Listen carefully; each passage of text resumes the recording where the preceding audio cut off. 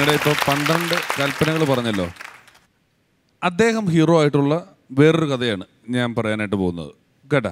എൻ്റെ ഒരു സുഹൃത്ത് കുളിക്കാനായിട്ട് വീടിൻ്റെ വാതിക്കൽ ഇങ്ങനെ എണ്ണയൊക്കെ തേച്ച് വെറുതെ നിൽക്കുക. വീടിൻ്റെ വാതിൽ കയറിയത് ഇനി ഒന്ന് കുളിക്കാൻ പോകണം എന്നുള്ള അവസ്ഥയിൽ തോർത്ത് കൊണ്ട് കൊടുത്ത് ചെറിയ കൈയുടെ ഇങ്ങനെയുള്ള കറക്കൽ പരിപാടികളൊക്കെ ആയിട്ട് ഇങ്ങനെ നിൽക്കുമ്പം അപ്പോൾ തന്നെ ആയിട്ട് നമ്മുടെ ഒരു സുഹൃത്ത് വേർത്തം വന്ന് ചോദിച്ച്, സുഹൃത്തേ അറിഞ്ഞാ മാധവൻ ചേട്ടൻ മരിച്ചു പോയി വല്ലേ അങ്ങോട്ട് ചോദിച്ചു. മാധവൻ ചേട്ടൻ മരിച്ചാ? ആ വാ എന്ന് പറഞ്ഞു. അപ്പോൾ സുജിത്ത് ആലോചിച്ചപ്പം മരിച്ച വീട്ടിൽ പോയിട്ട് വന്നാലും എന്തായാലും ഒന്ന് കുളിക്കണം, അതുകൊണ്ടൊന്ന് മാധവൻ ചേട്ടൻ്റെ വീട്ടിലേക്ക് പോയേക്കാം അങ്ങനൊരു തീരുമാനമായി. സുജിത്ത് അപ്പം തന്നെ അഴയെ കിടന്നൊരു ഷർട്ടും അഴയെ കിടന്നൊരു മുണ്ടും എടുത്തെടുത്തിട്ട് ആ ബൈക്കിൻ്റെ പുറകെ കയറി നേരെ മരിച്ച വീട്ടിലോട്ട് പോയി. പുള്ളി മരിച്ച വീട്ടിലെത്തി. അവിടെ ഇങ്ങനെ എത്തി കുറച്ച് നേരം കഴിഞ്ഞപ്പോഴാണ് സംഭവം എന്താണെന്ന് വെച്ച് കഴിഞ്ഞാൽ ഈ മാധവൻ ചേട്ടന് 3 പെമ്മക്കളാണ്.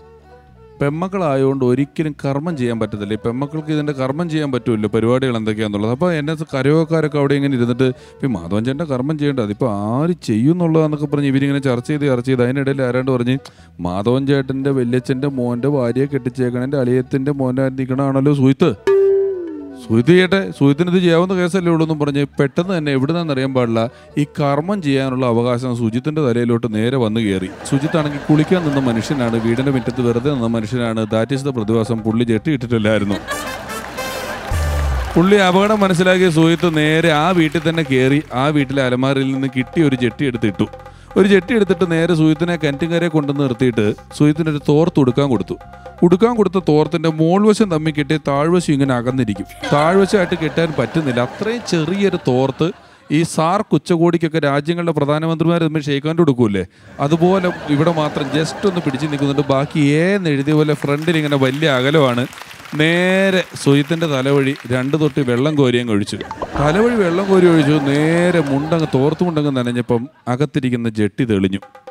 നല്ല പൂക്കളൊക്കെ ഉള്ള കുഞ്ഞൊരു ജെട്ടി. കാരണം എന്താ വെച്ചാൽ ഈ മരിച്ച മാധവൻ ചേട്ടന് 3 പെമ്മക്കളാണല്ലോ. ഇവൻ ആ വീട്ടിൽ തന്നെ കയറിയിട്ട് ഒരു അലമാരയിൽ നിന്ന് ഷഡ്ഡി എടുത്തപ്പോൾ ഏതോ ഒരു പെങ്കൊച്ചിൻ്റെ ഷഡ്ഡിയാണ് പുള്ളി എടുത്തിട്ടേക്കുന്നത്. ആണുങ്ങൾ ഇടുന്ന പോലത്തെ ഷഡ്ഡിയേ അല്ല ഇവനിട്ടേക്കുന്നത്. ഭയങ്കര കളർഫുള്ളായിട്ടുള്ള മറ്റേ ഡാമിൻ്റെ മുകളിൽ നമ്മൾ വൃന്ദാവനത്തിലോട്ട് നോക്കിയാൽ കാണുന്ന ഒരു പൂന്തോട്ടത്തിൻ്റെ വിഷയമില്ലേ, അതുപോലത്തെ ഒരു ഷഡ്ഡി ഇട്ട് ഇവൻ നിൽക്കും. അപ്പം തന്നെ ആൾക്കാരുടെ പിടി വിട്ടുപോയി. ഇവൻ എന്താ ചെയ്യേണ്ടതെന്ന് അറിയാച്ചിട്ട് ഇങ്ങനത്തെ ഷഡ്ഡി ഇട്ടുകൊണ്ടാണോ കർമ്മം നടത്താൻ വരുന്നത്? ബോഡിക്ക് ചുറ്റും ആൾക്കാർ ചിരിക്കണോ വേണ്ടതെന്ന് ഓർത്തിട്ട് ആകെ കൺഫ്യൂഷനായിട്ട് നിൽക്കുന്നു.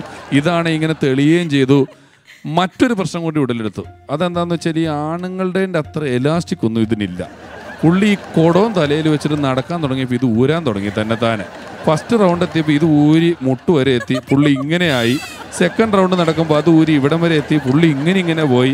3ാമത്തെ റൗണ്ട് കിടക്കുമ്പോഴത്തേക്ക് നിലത്ത് 8 എഴുതിയ പോലെ ഇത് ഊരി കിടക്കുകയാണ്. പുള്ളി അതും കവച്ച് വെച്ച് 3ാമത്തെ റൗണ്ട് ഇങ്ങനെ നടക്കുമെന്നു. ബോഡിക്ക് ചുറ്റും ചിരി എന്ന് പറഞ്ഞ ആൾക്കാർ എന്ത് ചെയ്യണം എന്നറിയാണ്ട് ചിരിച്ചുകൊണ്ടിരിക്കുമ്പം തിരുമേനി ഈ കുടത്തിലൊരു വെട്ടുകത്തി എടുത്തിട്ട് ഇങ്ങനെ ഒരു കൊത്താനായിട്ട് തിരുമേനി വന്നിട്ട് ചിരിച്ചുകൊണ്ടൊരു കൊത്തിയതാ. കൊത്തവൻ്റെ തലക്കിട്ടുകൊണ്ട് തലയിലാറ് സ്റ്റിച്ചുമായി. അങ്ങനെ വെറുതെ കുളിക്കാൻ നിന്നവൻ്റെ മാനവും പോയി, തലയിലൊരു വെട്ടുപാടുമായി. ഇപ്പോഴും അവൻ തല മുട്ടയടിക്കുവാണെങ്കിൽ ഭണ്ണാരത്തിലൊക്കെ പൈസ ഇടാൻ ഉണ്ടാക്കി വെച്ച പോലത്തെ ഒരു വെട്ടുപാട് അവൻ്റെ തലയുടെ പുറകിൽ നമുക്ക് കാണാൻ സാധിക്കും.